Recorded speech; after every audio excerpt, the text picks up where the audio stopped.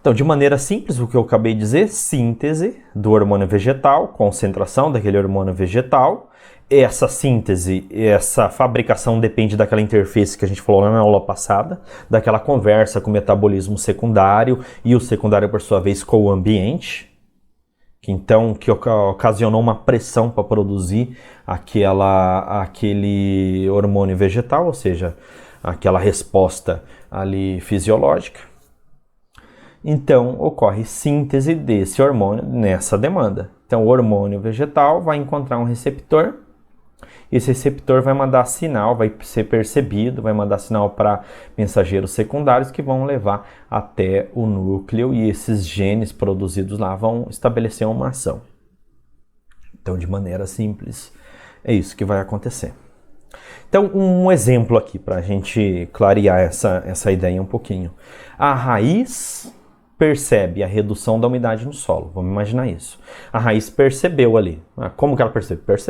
Percebeu ali a diminuição da água, né? Logicamente que está relacionado com o potencial hídrico. Então, ele percebeu essa falta de água, então produziu, induziu. Então, existiu uma conversa entre o ambiente e a própria planta, o hormônio vegetal, o metabolismo secundário. Produziu o hormônio ácido abscísico, que é o hormônio que, em resposta a uma condição de estresse, aba ácido abscísico. Esse é o mensageiro primário. Beleza, produziu ele. Falou assim, olha, estamos numa situação crítica, estamos faltando água aqui. O que a gente vai fazer? Então, a aba começou a concentrar, reuniu. Vamos reunir aqui os abas, vamos ver o que a gente vai fazer. Então, reuniu um monte de aba lá, que são os caras que entendem desse assunto. Então, a aba ele vai ser translocado para a folha, onde ele vai, então, alterar a concentração de mensageiro secundário, como o cálcio, inositol fosfato e outras moléculas. Ele vai alterar a concentração disso nas células guardas. Ele, alterando aquilo ali, vai induzir uma resposta diferente. O que seria, no caso, essa resposta? Esse sinal que está chegando aqui, ele vai ser amplificado lá naquela folha. Então, o que estava acontecendo normalmente deixa de acontecer normalmente e vai, então, acontecer algo extraordinário. E o que seria, nesse caso, extraordinário? Seria o fechamento estomático.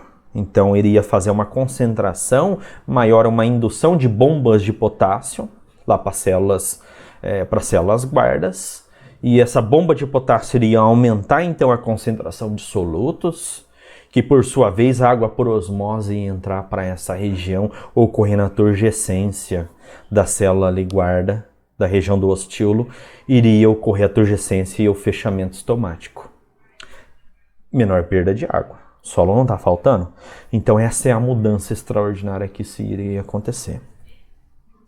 Então, esses mensageiros secundários vão amplificar o sinal através de 3 vias. Isso não compete a nós agora. Aos quais produz o fechamento estomático, que é a resposta final. Então, existem vias para que isso aconteça e cada hormônio trabalha nas suas vias. E essas vias, elas são específicas de cada um dos fito-hormônios vegetais. A gente vai ver essas vias, obviamente, a gente vai falar mais disso em cada um dos fito-hormônios vegetais.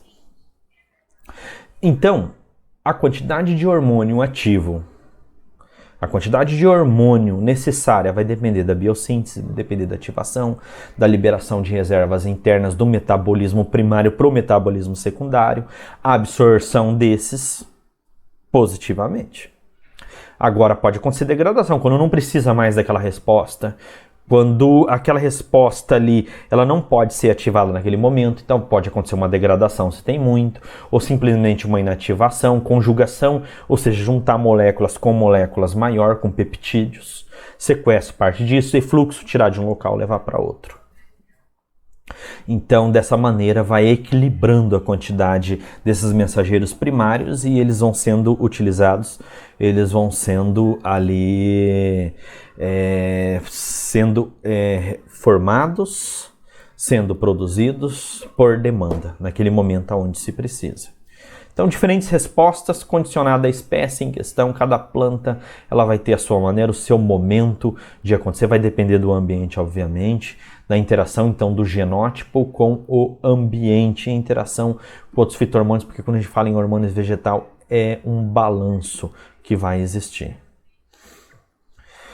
Então, a importância dos fito-hormônios vegetais, para a gente trocar em miúdos, são sinalizadores ou mensageiros químicos que, produzidos, mais uma vez, em pequena quantidade, em um local específico, induz respostas em outras localizações das plantas, em outras ou no próprio local.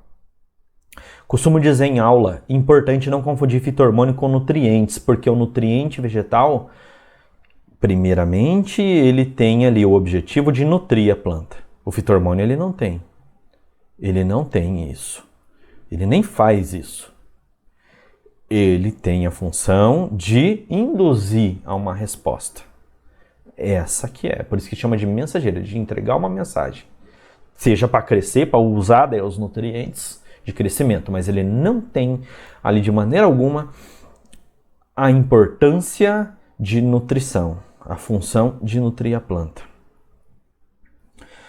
Os primeiros estudos sobre, então, a ocorrência de hormônios vegetais em plantas foi realizado por Sachs, 1832 e 97, qual propôs a existência de mensageiros químicos que proporcionavam o crescimento de diversos órgãos. A partir desse momento, Sachs, que estudou, na verdade, estava estudando os primeiros lá, todo mundo começou a estudar alguns hormônios de crescimento, era a auxina, né? Foi por isso que foi até o mais estudado. Todo mundo estudava o fito-hormônio do crescimento, né? E aí vem do termo auxem, né? Crescimento, alongamento. Darwin, que foi um dos primeiros pesquisadores a verificar a influência de mensageiros em plantas, ele fez alguma série de experimentos que depois a gente vai ver esses experimentos aqui quando a gente for falar de auxina propriamente dita. Então, em 1880, Darwin e seu filho Francis Darwin realizaram um experimento para determinar a sensibilidade e estrutura apical de uma planta à luz. Aí se descobriu o fototropismo, que a planta ela cresce em direção à luz. E eles queriam entender por que isso acontece e onde que estava essa resposta na planta.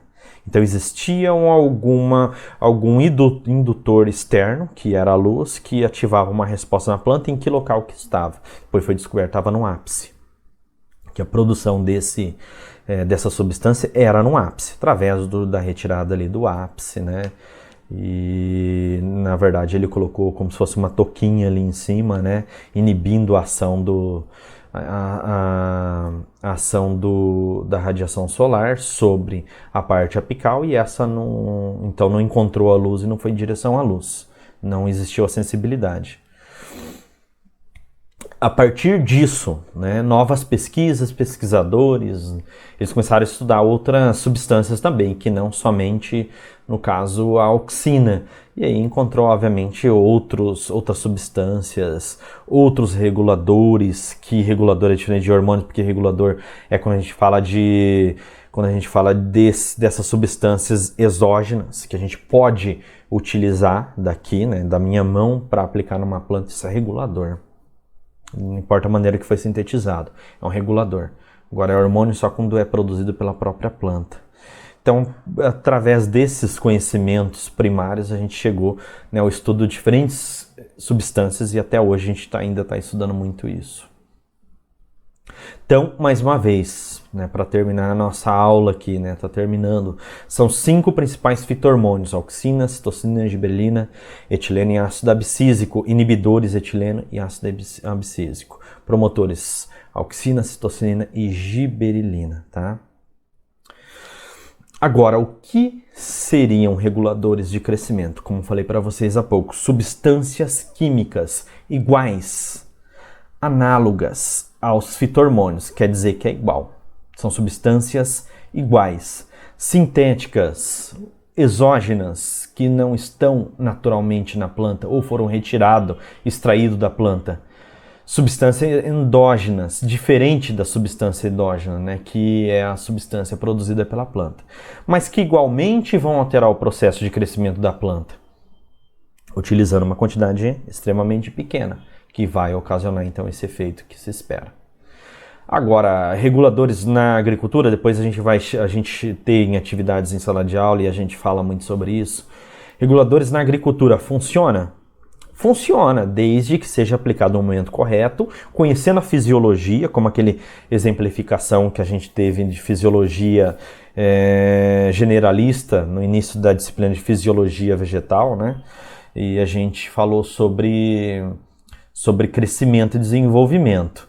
Então, na parte de desenvolvimento da planta, não, no momento que ela precisa, no momento que está ocorrendo uma especificidade, aí aquele produto pode funcionar.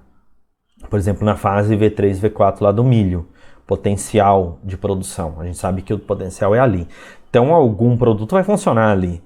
Ou no momento que está ocorrendo a elongação, por exemplo, lá na cultura do trigo, da região, na época do duplo anel. Na elongação, se a gente inibir a elongação naquele momento, vai funcionar. Se for posterior, não vai funcionar. Reguladores na agricultura funciona? Funciona. Então, sabendo utilizar. Então, esse aqui é o exemplo. Trinexapac etil são redutores do crescimento do alongamento vegetal relacionado com a inibição de giberilinas. Depois a gente vai falar sobre isso.